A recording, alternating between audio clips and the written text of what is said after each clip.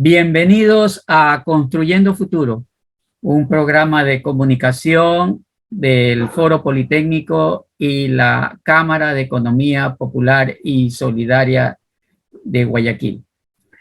Hoy día vamos a tratar el tema la consulta popular.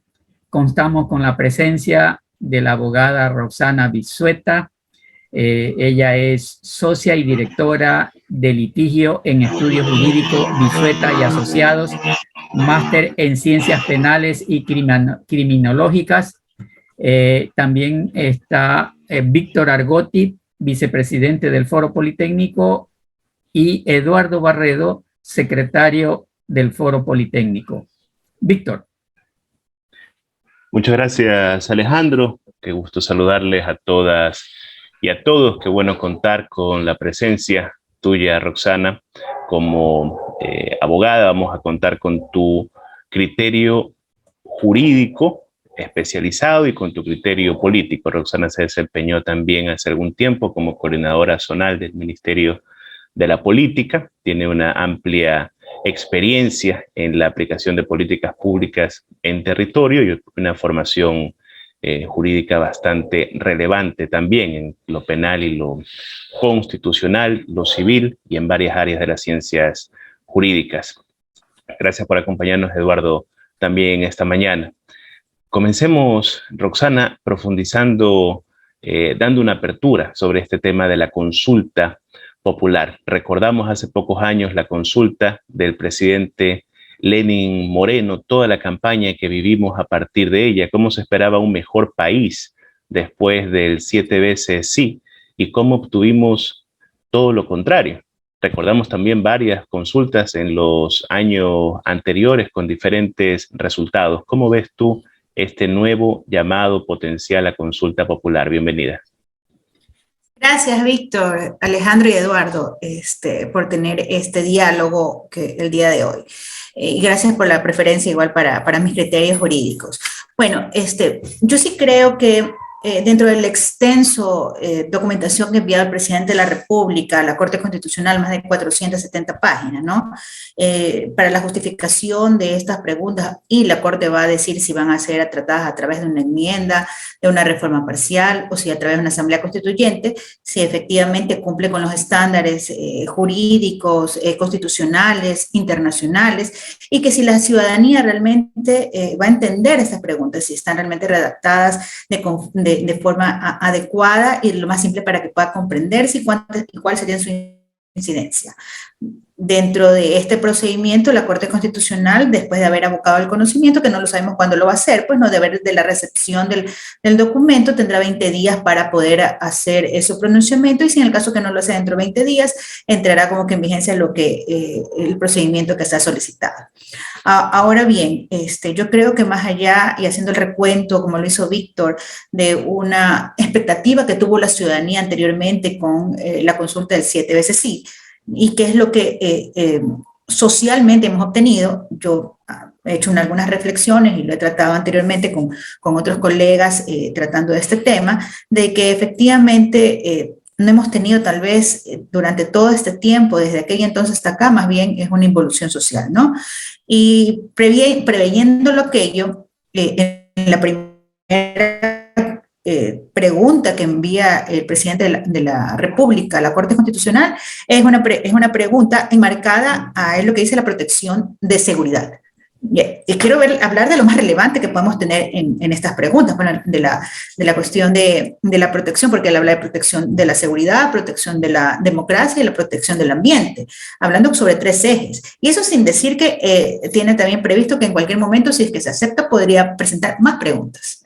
Ya, en el caso de que sean rechazadas algunas, volverlo a presentar o volver a presentar otras. Depende del mecanismo que la misma Corte pueda hacer su reflexión, pueda hacer el criterio y que pueda desecharlas, ampliarlas, sacarlas, puede subsanarse alguna de las preguntas en el caso que no estén concordante con lo que dice el criterio de la Corte. Ahora, si bien es cierto, la primera pregunta es la más enganchadora, quiero hablar así para que se pueda entender, se engancha más a la ciudadanía por el evento social que vivimos, la conmoción social que vivimos, realmente lo triste que vivimos ante tanta violencia, donde la seguridad ciudadana es la que se ve más afectada, donde no se ha podido combatir a la delincuencia, donde trae arrastrado de un gobierno anterior al gobierno actual y que realmente no puede solucionar de fondo la cuestión de seguridad, y por eso habla sobre de que las Fuerzas Armadas puedan complementar aquella ayuda que pueda darse la policía. Ahora, la pregunta que podemos hacer, la primera que tenemos y que me salta a la vista, ¿estas preguntas van a ser comprendidas para el ciudadano común que pueda solo leerla? ¿Cuál es el efecto jurídico de esta pregunta y cuál es el alcance en sí de esta pregunta? Obvio, en esta misma primera pregunta habla que hace referencia de que hay un anexo que se ha enviado a la Corte Constitucional, y este anexo evidentemente da el parámetro de cómo se aplicaría esta pregunta si es que se dice sí en cuanto a la enmienda, a la reforma parcial o cualquier otro procedimiento que se pueda dar. En este caso sería que no lo sabe la ciudadanía y que habría que comunicarlo para que tenga amplio conocimiento de la ciudadanía de parte del gobierno al momento de hacer conocer esta pregunta, es de que solo excepcionalmente entraría a complementar las Fuerzas Armadas a la policía.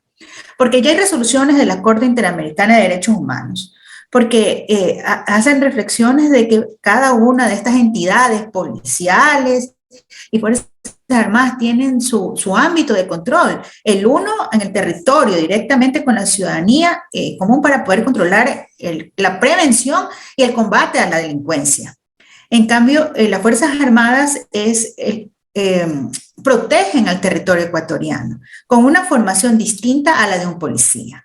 ¿Ya? Pero entonces, ante la conmoción que se vive actualmente, sería complementaria, pero antes de que ingrese las Fuerzas Armadas a ser complementaria a la policía, debe ser declarado el estado de excepción por el gobierno de turno que tenga en ese momento, y para poder, obvio, se restringen en un estado de excepción, se restringen derechos humanos, depende de la clase de conmoción que vivamos en ese momento, se aplicará pues, de la falta de movilidad, la falta de comunicación, de organización, de reuniones, depende de lo que exista en ese momento, la restricción de los derechos humanos, y en ese momento dirán que las Fuerzas Armadas van a complementar a la policía.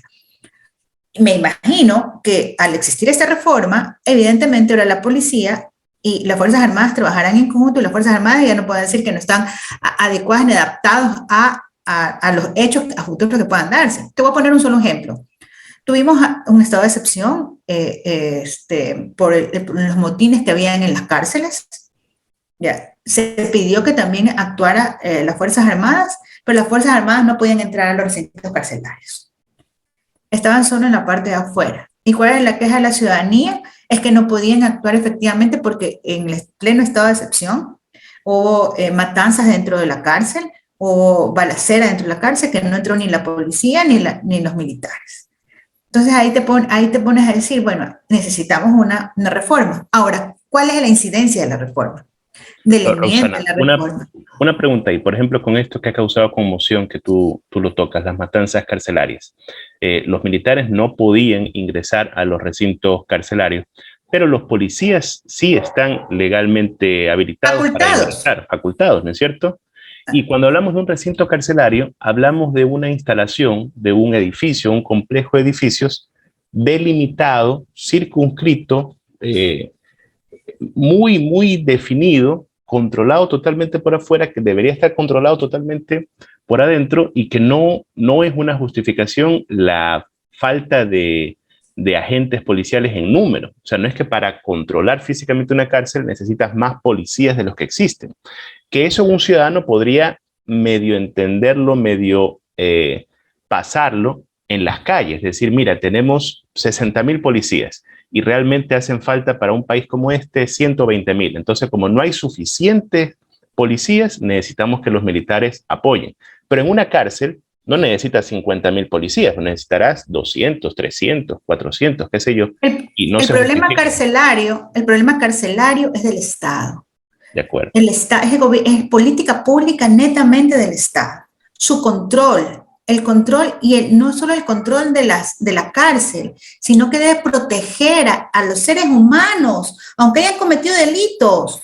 dentro de esos seres humanos penitenciarios. O sea, él es el responsable de todo lo que haya pasado y lo que dejó de pasar, ¿ya? Entonces, perdieron el control hace mucho tiempo del ámbito carcelario. Lo he dicho en radios, yo lo he dicho en mi entrevista, lo he dicho públicamente. ¿Cuál es el problema? En que el Estado perdió su política pública, perdió el control de algo tan evidente, porque la gente confunde. El fiscal investiga. Uh-huh. Él solo recaba elementos, pruebas para acusar a alguien de un delito.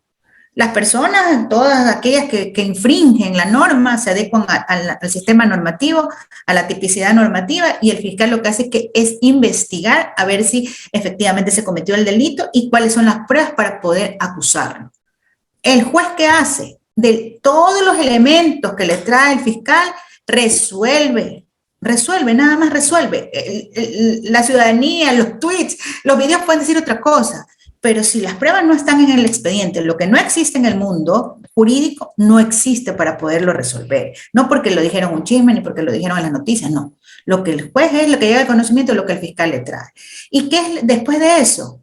La rehabilitación de este ciudadano condenado ya es de parte del Estado. La rehabilitación, la prevención, combate y rehabilitación es parte de política pública. Por eso es que es el eje preventivo con la policía. ¿Ya? El de la corrección, obvio, para prevenir y para combatir la policía.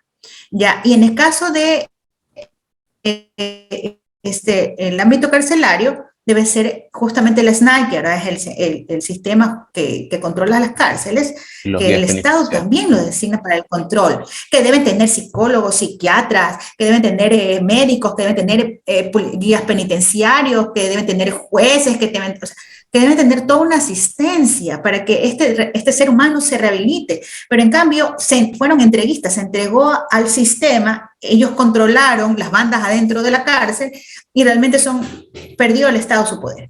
Pero Roxana, vamos a lo que tú decías, ¿no? Y para poder entender a qué se refiere esta pregunta con lo del apoyo complementario. Como ciudadanos podremos entender apoyo complementario de las Fuerzas Armadas a la policía para combatir el crimen organizado en cuanto a cantidad de gente, a cantidad de operativos, de uniformados en las calles. Pero el ejemplo que tú das es esclarecedor, porque en las cárceles el problema no es la falta de policías, de uniformados. ¿Acaso aquí lo que estamos realmente hablando es un apoyo complementario en fuerza y lo que se está pidiendo es que entre otro tipo de contingente de repente más brutal, con mayor capacidad de fuego, con mayor potencia ya militar, ¿no? Propiamente. De eso es lo que estamos hablando, o sea que la policía, la fuerza de la policía, la capacidad técnica de la policía no da independientemente de los números y necesitamos incrementar la capacidad de fuego, la brutalidad. De eso es lo que estamos hablando. Así específicamente, porque acuérdate que la parte del eje es de estratégico para combatir la delincuencia es de la policía, no va a ser los militares. La reflexión que tú me estás haciendo, esa es certera, es afirmativa. ¿Por qué? Porque lo único que vendría los militares nada más es cuando se necesite el resguardo, cuando se necesite la fuerza, utilizarían a las Fuerzas Armadas para los controles, para el combate en sí, porque el eje de inteligencia para combatir la delincuencia lo tiene la policía. La estrategia para combatir es la policía, porque para eso fueron capacitados. Esa es su competencia. Si tú me dices en esta pregunta, pese a que es importantísima, porque si no tiene un eje de acción, sí es importante, pero sí podríamos un poco más ahondar el tema de que sería en eventos excepcionales. O sea, yo creo que sería un poco más encaminado a ese rango, ¿no? No que la gente, la ciudadanía tenga esa perspectiva de que va a tener más seguridad porque con esta reforma no solo son los policías, sino que nos van a resguardar en las calles también los militares. Solo es ante un estado de excepción que debe hacérselo y bajo ciertos parámetros. Yo me quedo de lado porque parecería que estamos diciendo que no basta con, por ejemplo, armamento policial, sino que hay que luchar contra el crimen organizado con granadas, con tanques y con bazooka, que es lo que maneja un militar. Pero el ejemplo fue el del de ayer, o sea, Víctor, lo muerto de un fiscal, la muerte de un fiscal frente a la fiscalía, a una cuadra del UPC, frente a una iglesia, el mensaje es claro, o sea, no hay poder judicial, jurídico, investigativo, policial que nos interese, que nosotros tenemos más fuerza. Puede ser un acto ignorante, pues yo digo, a veces puede ser el acto ignorante de un delincuente, pero no necesariamente, puede ser también un mensaje, o sea, puede ser muchas las hipótesis, pero ¿qué es lo que trata de decir? Que vivimos en una involución social en donde hemos retrocedido en lugar de haber adelantado a las épocas de los 1980 de Colombia. Así es. Eduardo tiene una pregunta. Eduardo. Una pregunta breve.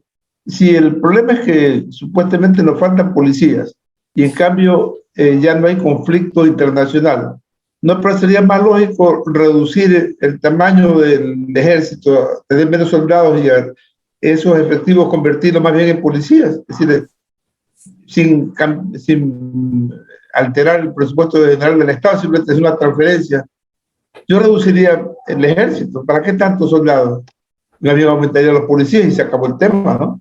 Bueno, yo creo que eso es más de convicción y de vocación, pues no, más la vocación de cada ser humano en escoger que esa sea su carrera. Y yo lo escuché hace un año, creo que inclusive que se pedía más policías para la ciudad de Guayaquil porque había el auge delincuencial y de los sicariatos, pero decían que no tenían más policías a nivel nacional porque no es que no habían optado por la carrera policial, y entonces estaban invitando que se lo haga, pues no. Ahora, solo para comentar, ¿no? Yo tuve hace una reunión con un psiquiatra por un caso que tuve para nutrirme un poco de los conocimientos de expertos, y él me hacía referencias de que hay muchos policías también con psicopatías, ya que eso que también debe analizarse en la policía, ¿no? En los militares, en los policías, porque buscan esa línea, aunque no creas camufladamente, porque tienen sus psicopatías y también es un fenómeno en contra del mismo ser humano.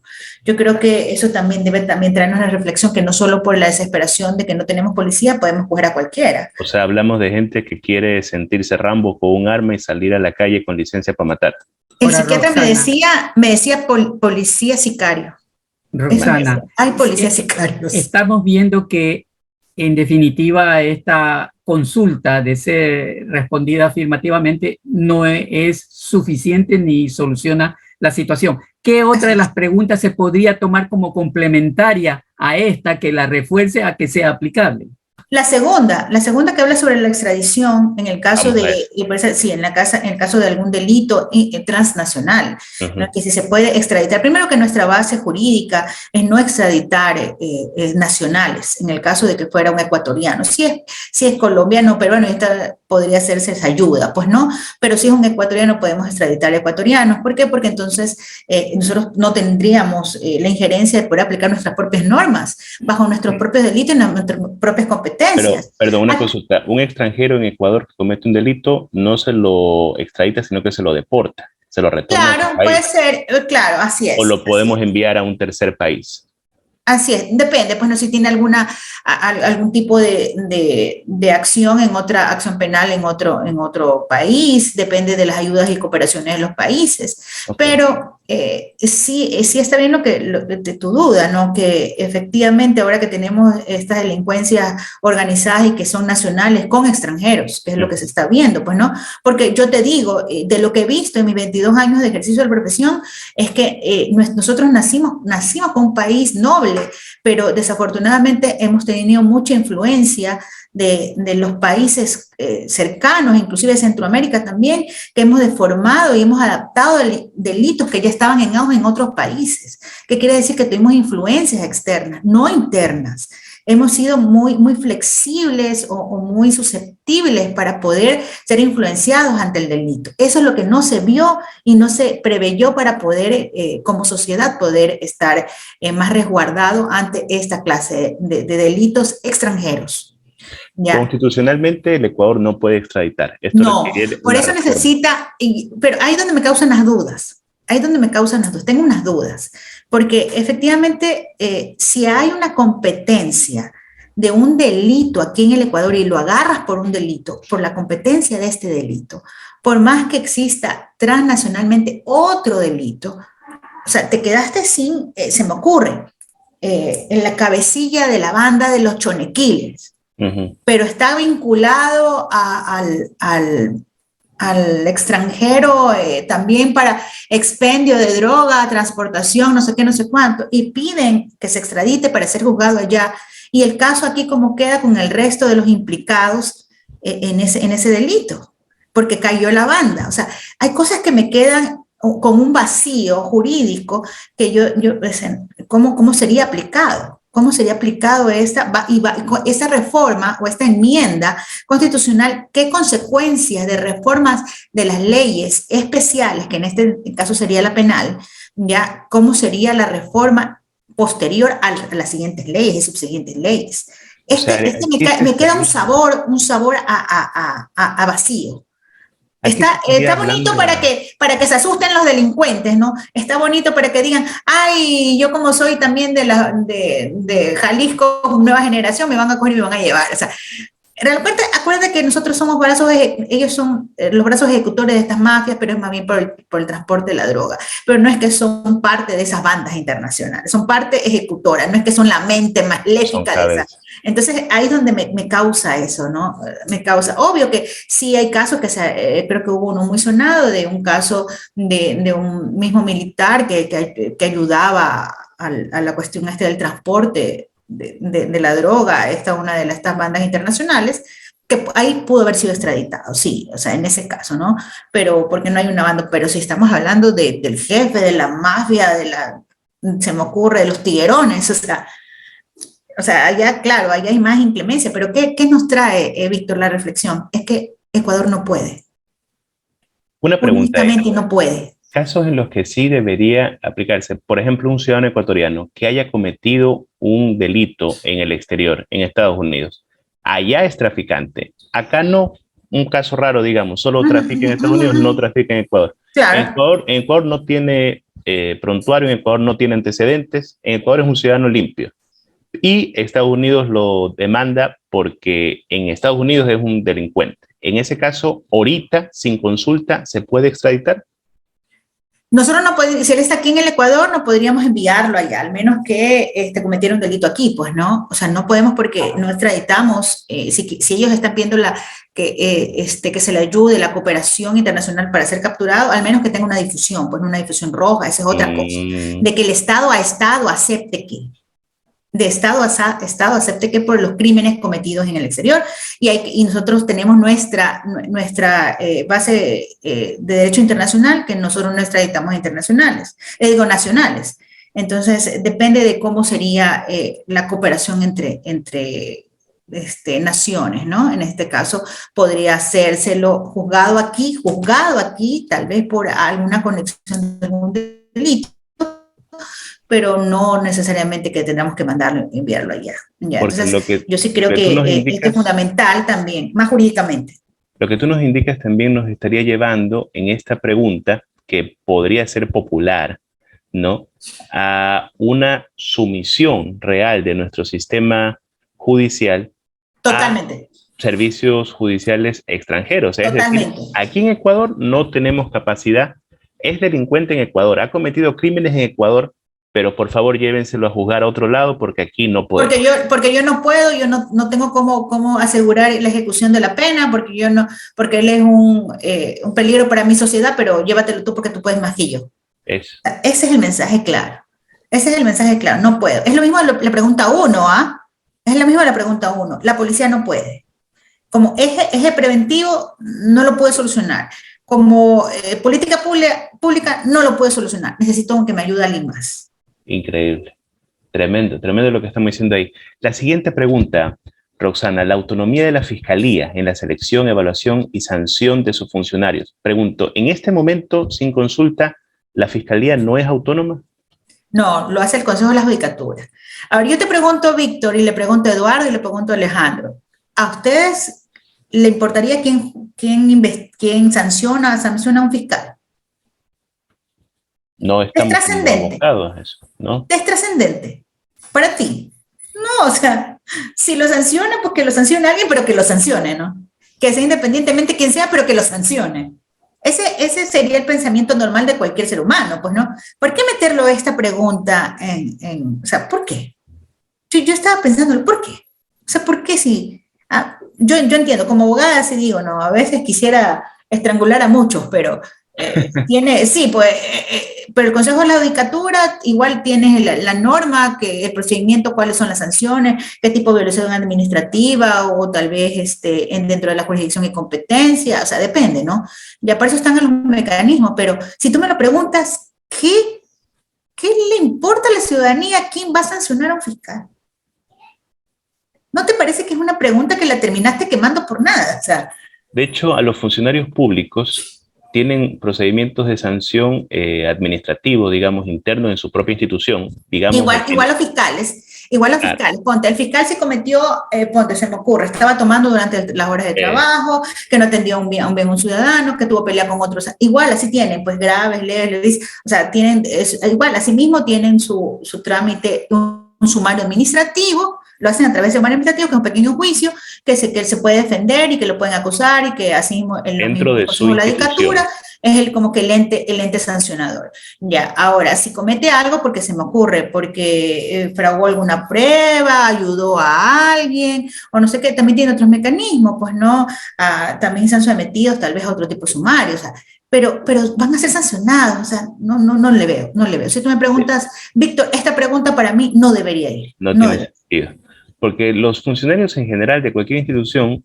también pueden ser sancionados por la Contraloría, y nadie ha dicho que eso es una falta de autonomía del Ministerio de Deporte, por ejemplo, que la Contraloría pueda analizar y... Es el ente competente, claro, porque es como que el investigador, le dicen, pero no son investigadores, pero como que para ver si existe algún acto en contra del servicio público, ¿no? Ahora ponte la 4, que ya ahí es la enmienda, más bien el de fortalecimiento, ya entramos aquí, o sea, me dice que hay tres en cuanto a la protección de seguridad, que yo no le veo la cuestión de la fiscalía en protección de nada. Pero si tú me dices, bueno, la 1 y la 2 podría ser, ¿no?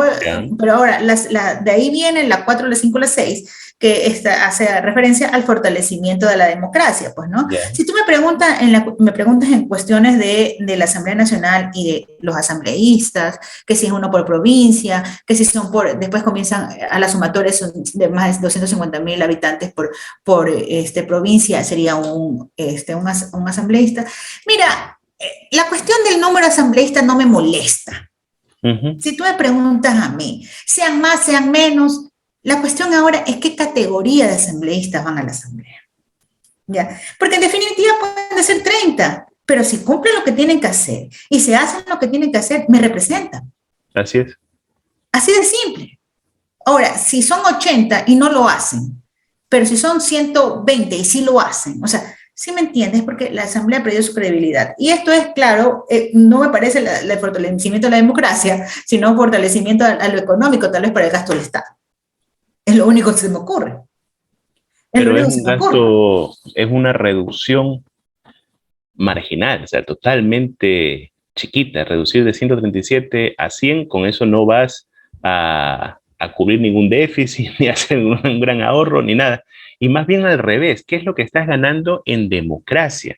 Tener menos representantes, cuando en el 2008 nuestra Constitución trata de dar el salto de la democracia meramente representativa a complementarla con la participativa, vas a decir, no, tengamos menos representantes para que esté más concentrada la representación, sean menos los que puedan hablar por cada provincia. Es totalmente en sentido contrario, ¿no? Eduardo, ¿qué opinas tú? Yo creo que aquí hay una falacia tremenda, ¿no? Porque si la ciudadanía cree que la mayor parte de la asamblea son unos ineptos, corruptos, pillos, entonces el tema no es que sean 130 o sean 100, yo quiero 100 pillos en lugar de 130 pillos, es una locura, eso no tiene sentido. Y la responsabilidad de que sean buenas asambleístas es nuestra, nosotros somos los que tenemos que elegir. Entonces, el tema del número no es el tema fundamental, eso no es la calidad de la asamblea. Exacto. Ahora, ahorro económico, como bien decía Víctor, entiendo que son unos 3 millones y pico, escuché un cálculo. La consulta va a costar como 60 millones. O sea, yo voy a consultar 60 millones, a gastar 60 millones de dólares para consultar si me puedo ahorrar 3 millones.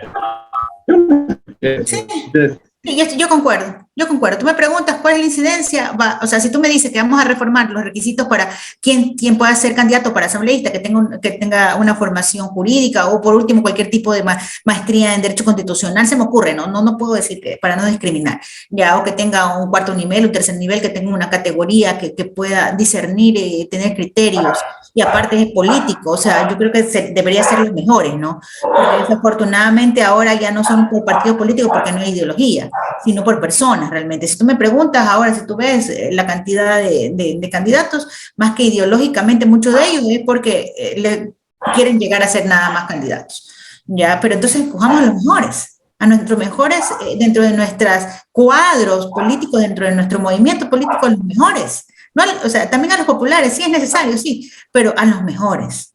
Entonces hay que cambiar también esa mentalidad del ciudadano. Por más que sea el más popular, pero es el mejor, que yo puedo tener opción y todos deberíamos trabajar para que él llegue porque es la mejor opción, porque es el mejor capacitado para demostrar que nuestro partido político puede mucho más que otros. O sea, es lo que se ha perdido.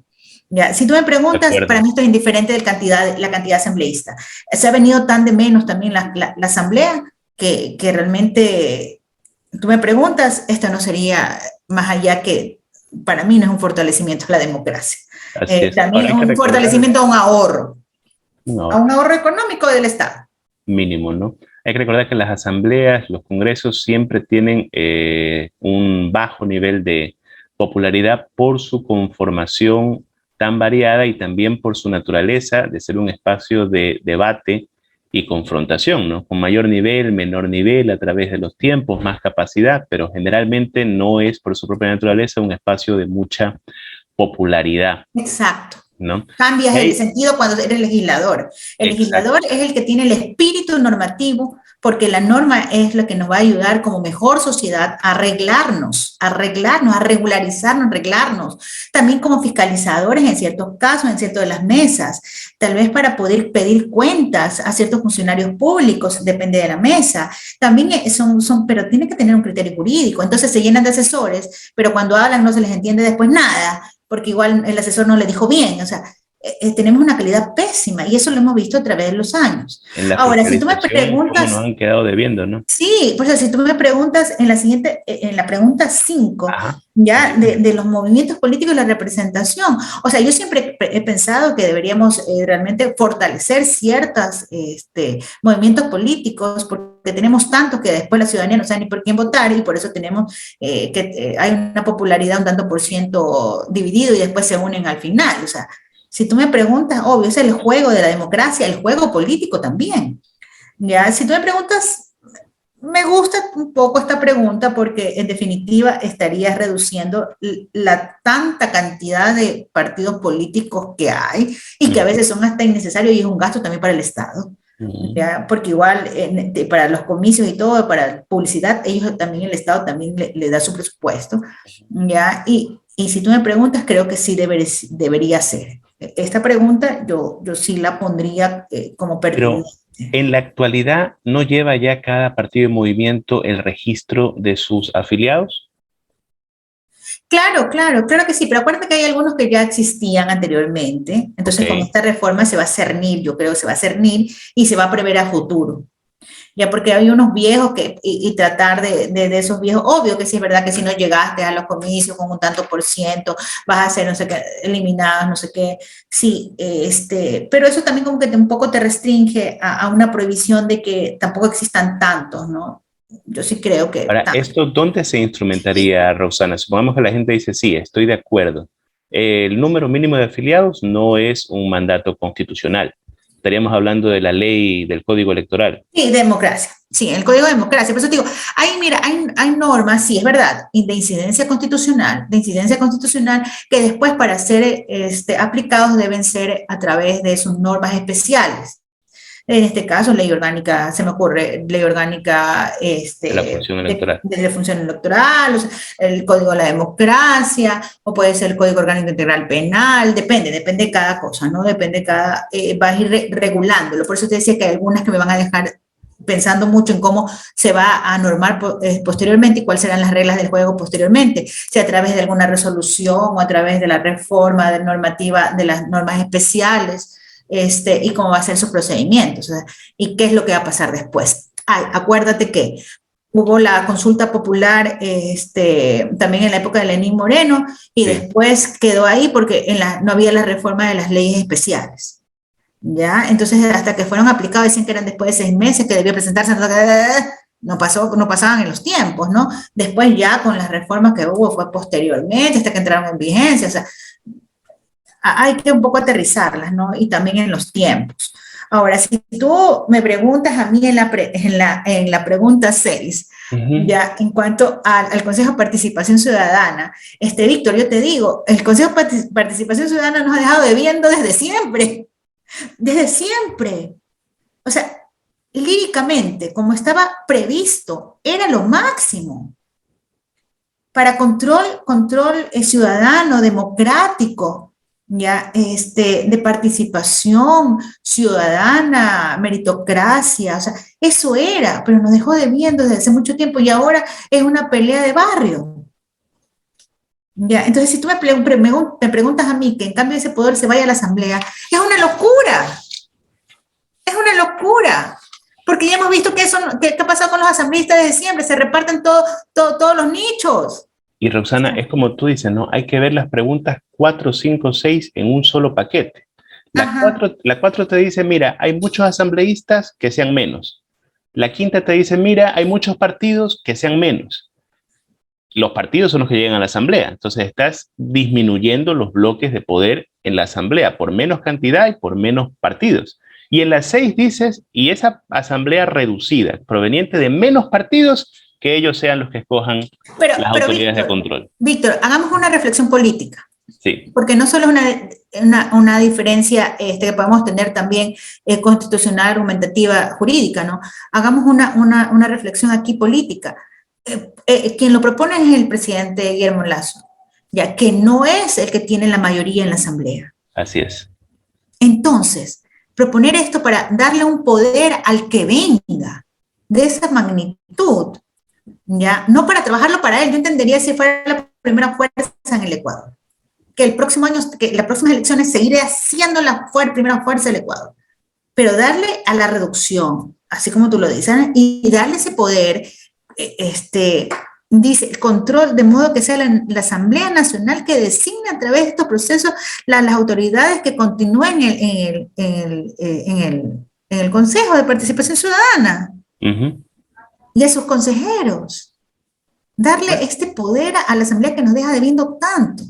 Ahora, conceptualmente, si lo graficamos, si yo le doy una computadora de última tecnología a alguien que no está capacitado para manejar esa computadora, ¿quién es el malo? ¿La computadora o el usuario?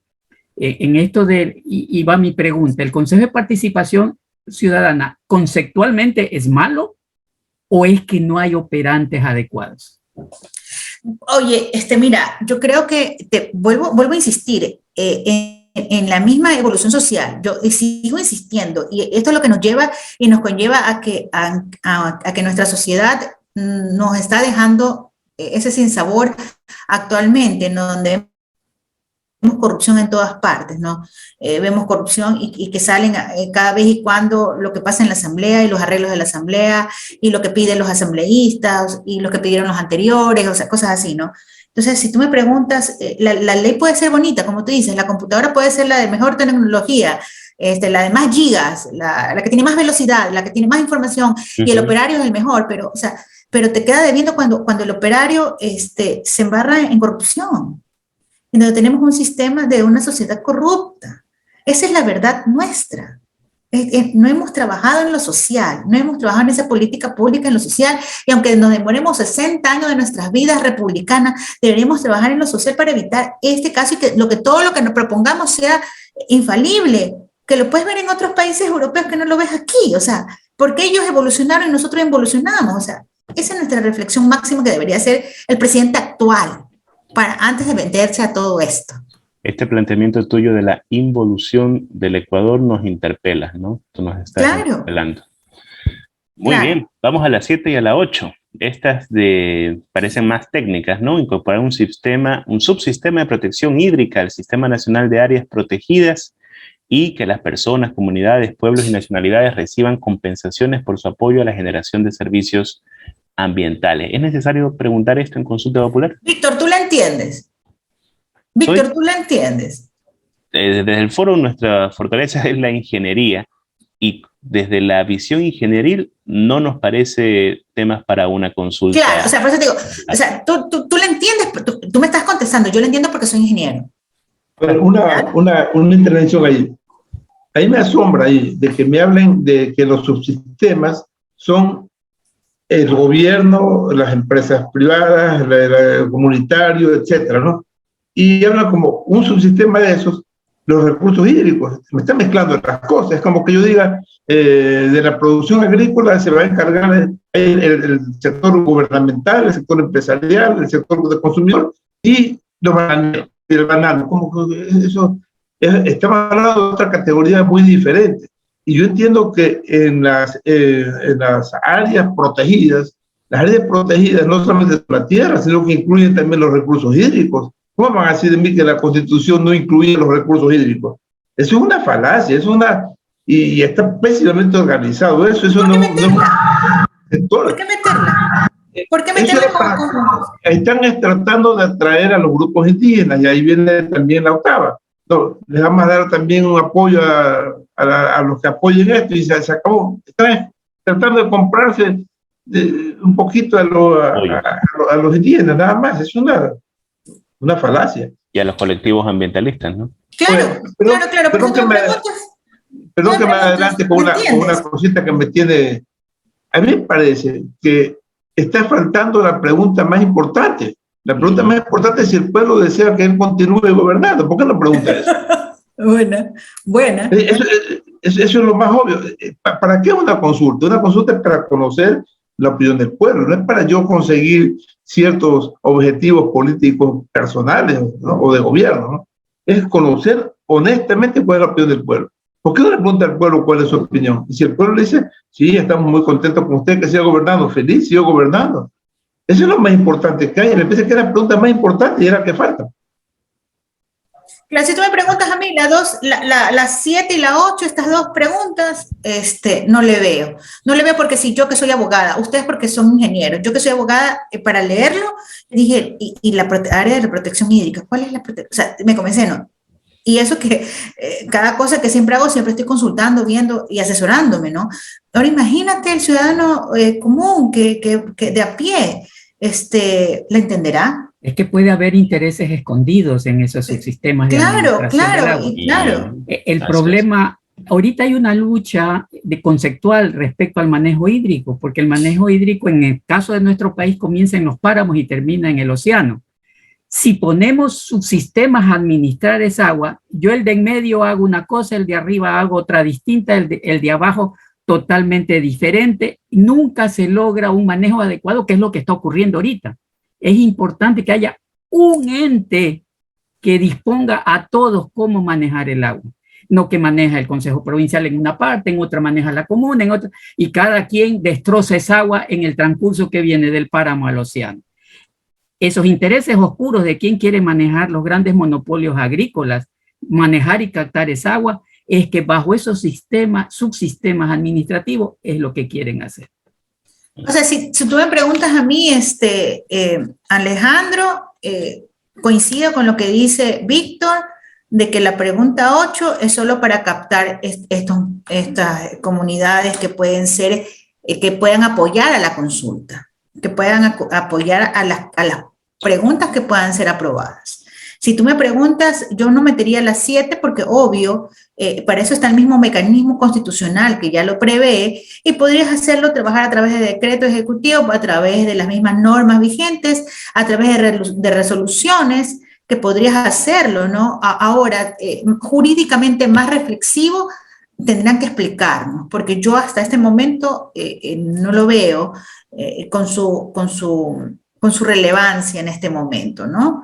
Ahora que si me lo vienen a explicar a fondo, esa sería otra cosa. Pero si tú me preguntas, si esta consulta, que ya la hemos analizado en las 7 preguntas, si constitucionalmente, bueno, nos dirán cuáles serían las pertinentes, ¿no? El procedimiento, si hay que subsanarlas o no la Corte Constitucional. Sí me gustaría leer las reflexiones de la Corte Constitucional para ver cómo fue analizando cada una de ellas, ¿no? Y en su oportunidad, ¿cuál entraría realmente en consulta popular? Y ahora, según los tiempos, podría ser que en las próximas elecciones, para no hacer el gasto, ¿no?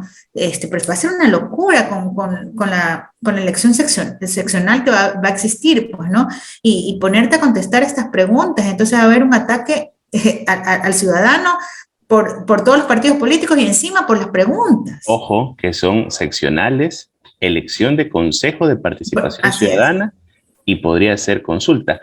Para ir culminando y concluyendo esto, el tiempo, tú decías, Roxana, los tiempos, ¿alcanzarán los tiempos constitucionales, operativos, tramitológicos, para que esto llegue a febrero del 2023? Que lo sea, porque si no, el Ecuador va a gastar millones.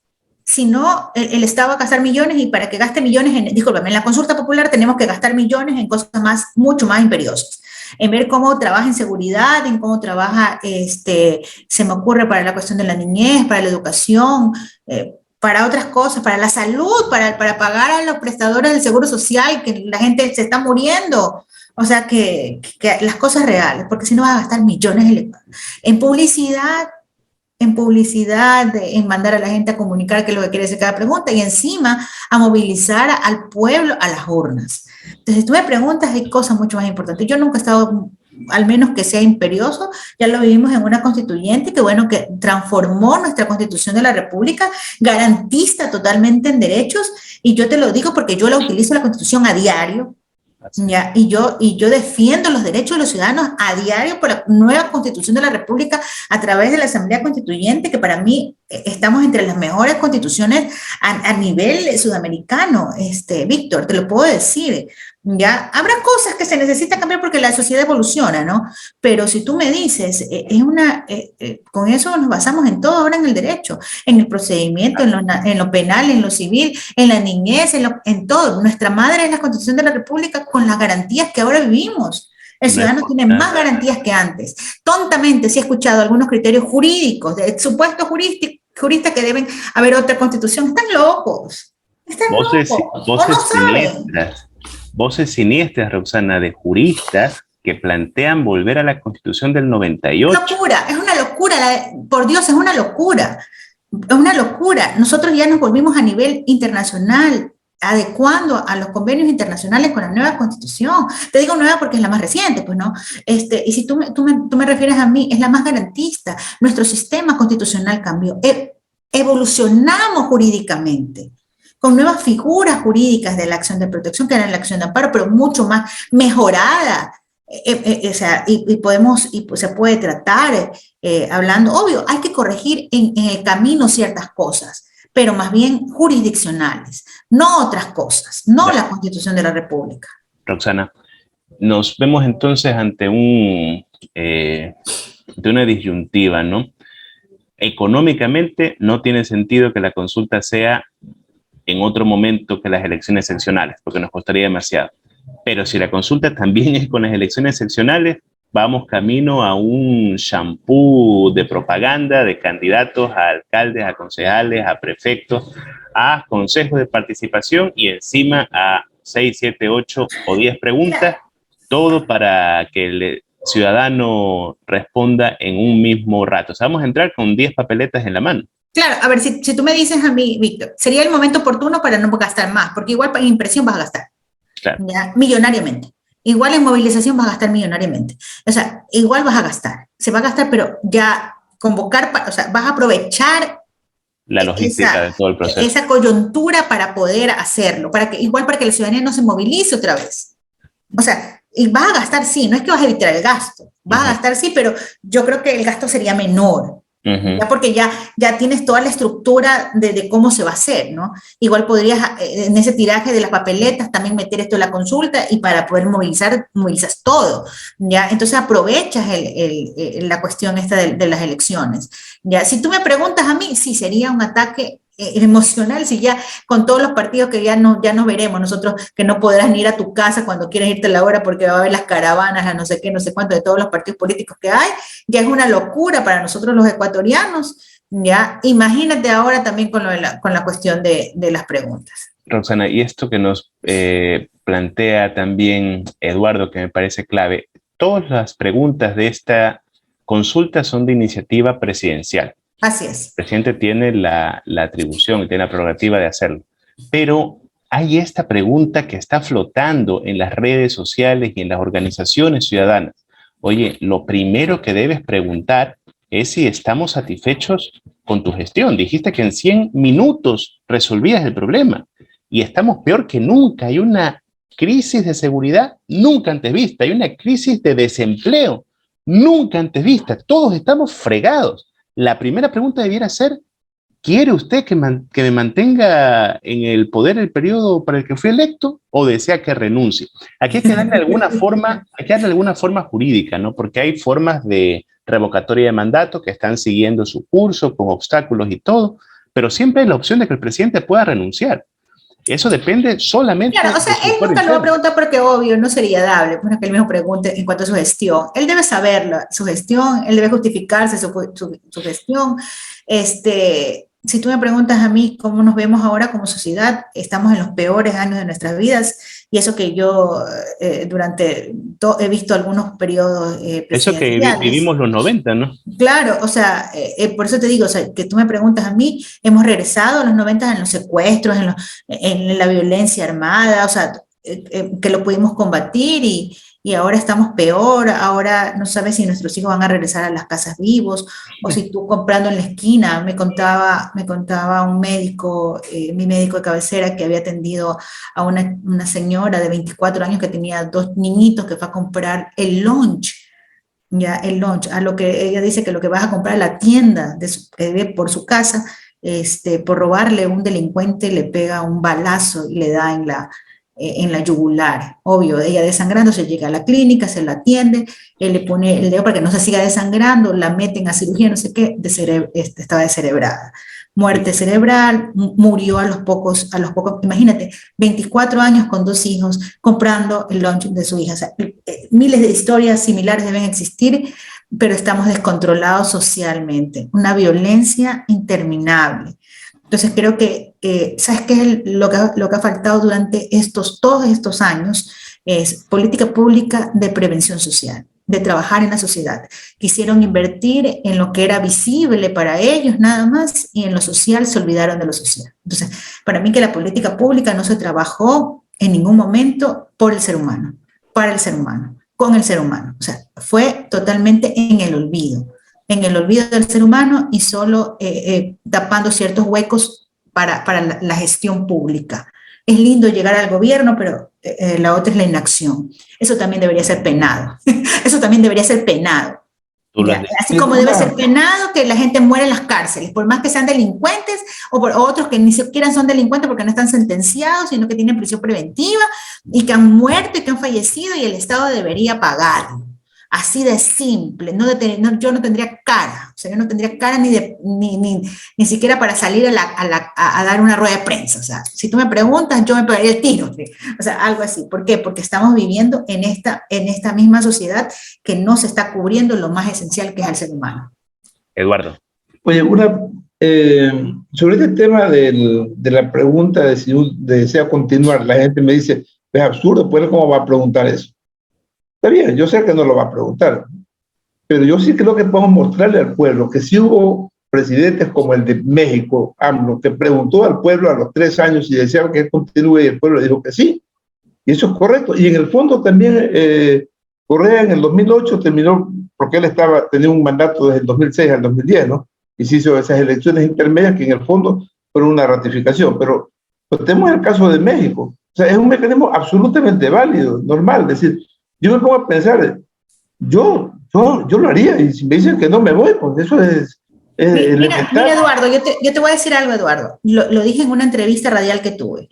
En el caso de Correa, y aunque le duela, a quien le duela, así de simple, Correa es un fenómeno político. Y él se pudo dar el lujo, lo que ningún político ha hecho, en decir, si quieren me voy, no me voy, y la gente volvió a votar. O sea, renuncio, hago lo que sea, y la gente volvió a votar. Me acorto el plazo, no sé qué, y volvió a votar, porque él era, porque ahora, bueno, tiene muchas incidencias a otras cuestiones políticas, lo han querido desterrar de la existencia, como cuando se hacían a los egiptos, en Egipto se hacía a los faraones para borrar en la historia, quererlos borrar, les sacaban hasta de las paredes, pues no, algo así es lo que quieren hacer, pues no, borrarlo de la historia, pero sea lo que sea, aunque le duela a quien le duela, él fue un fenómeno político en el Ecuador. Lo sigue siendo, que estando lejos, lo sigue siendo, ¿no? Pero en menor cantidad, pero en su tiempo lo fue. Y eso nadie lo iguala. Y eso es lo que le arde a muchos políticos. Así de simple. Que sí, que ahora, obvio, ¿por qué no vivimos lo mismo? Que supuestamente él abrió la puerta para vivir esta involución social. Eso es mentira, eso es falso. Esa es la justificación del estúpido. Solo el estúpido puede decir que eso abrió la puerta para que la sociedad involucionara, como yo digo. O sea, no, eso es una estupidez más grande que puede decirse. Lo que pasa es que no siguieron la misma línea que veníamos llevando y la destrozaron. Así de simple. La destrozaron. Antes no había crisis de seguridad, ahora hay crisis de seguridad, pero la culpa es del que estaba antes. Claro, pues, o sea, es algo así. Yo no fui, yo no me comí, pero estoy gordo porque yo no me comí. Fue el otro que me dio de comer. O sea, cuando te dicen por qué estás gordo, ya, es porque es la glándula. O sea, ¿sí me entiendes? O sea, no soy yo, nunca voy a ser yo cuando termine comiéndomelo. O sea, ¿sí me entiendes? Ese es el problema de la ignorancia, porque te puedo decir que es una ignorancia para justificar sin razones, y es una sin razón. O sea, si tú me preguntas a mí, desafortunadamente no llevaron la agenda política pública de trabajar por el ciudadano, de trabajar por el ser humano, sino que trabajaron para sus intereses, nada más, y para ciertos intereses. Ese es el problema. Y la otra, se buscan asesores, asesores ad hoc, o sea, tú lo que tú quieras, gente que realmente no tiene el conocimiento en lo público, sino en lo privado, así de simple. ¿Ya? Y hay mucha gente que está capacitada para poder elevar una política pública en ejes transversales con otras instituciones públicas que no la han sabido hacer. Bueno, Víctor, yo sí tengo que irme porque estoy demoradísima, me van a crucificar. Queremos agradecerte muchísimo, Roxana, por tus criterios, por tu investigación, por la pasión que tienes y guardas por lo público, por lo político, por lo jurídico. Vamos a tener que seguirte buscando y a tener que seguirte invitando para conversar de diversos temas. Esperamos siempre tener la apertura y coincidir con tu apretada agenda también, ¿no? Muchísimas gracias. Gracias, Alejandro, Eduardo, Víctor.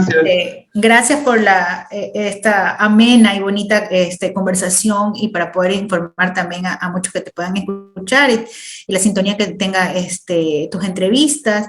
Yo siempre creo que mientras más capacitados estemos, mientras más conocimientos tengamos, vamos a ser siempre una mejor sociedad. Yo sí creo que estos espacios nos nutren. ¿Ya? Nos nutren para tener otro tipo de calidad de conocimiento a todo nivel, no solo en lo jurídico, es a todo nivel. Por eso yo te decía el otro día, hace un rato te decía, yo siempre me nutro de otros profesionales, porque sé que sola no puedo, ¿ya? Porque el conocimiento me llega hasta un punto, pero tengo que nutrirme de alguien más. Y eso es lo que pasa, que la ciudadanía no se nutre de conocimiento, no lee. Me ha tocado, he visto muchos muchachos, no, es que yo no quiero ser abogado porque no me gusta leer. O sea, por favor, o sea, no lee. Lo que te lleva a otra vida, a otro mundo, a ser mejor en la vida y en la sociedad, es leer. Totalmente de acuerdo. El conocimiento entra a través de la lectura, más que lo empírico, en la lectura. Bueno, Víctor, te agradezco, gracias. Muchísimas gracias a todos los que nos escuchan. Ha sido Construyendo Futuro con Roxana Vizueta. Agradecemos también todos sus comentarios, saludos, recomendaciones a través de las redes sociales, y será hasta la próxima entrega. Muchas gracias. Gracias. Hasta luego. Chao.